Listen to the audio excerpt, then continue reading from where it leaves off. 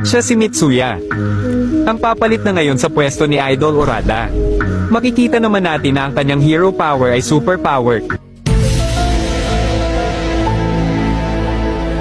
At ang kanya namang matches ay 79,900 at 79. At ang kanyang win rate naman ay 100-0-0. Kaya masasabi talaga natin na malakas si Mitsuya. Low health na si Guinevere pero mabait si Mitsuya kaya pinatakas niya si Guinevere at pinakitaan niya muna ng warm-up si Pakito at Fanny.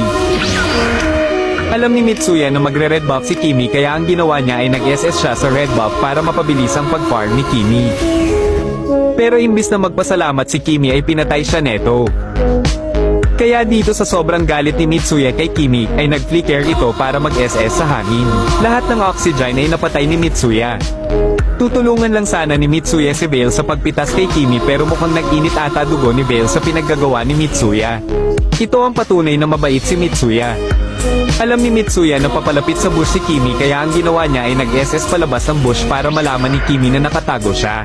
Grabe sobrang bait, mukhang nawala na ng bait. Dito ay punteriya na naman ni Mitsuya si Kimi kaya abangan niya ito sa bush. Pero mukhang naglag ata si Mitsuya kaya hindi niya natutok ng maayos ang kanyang SS.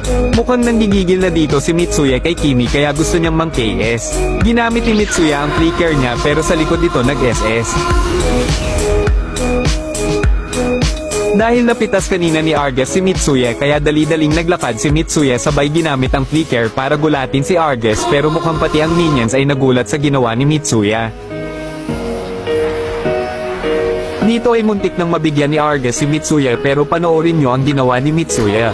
Nag-SS lang siya sa labas ng mapa pero nakaligtas na siya sa panganib. Sana may makakampi kayo katulad din ni Mitsuya.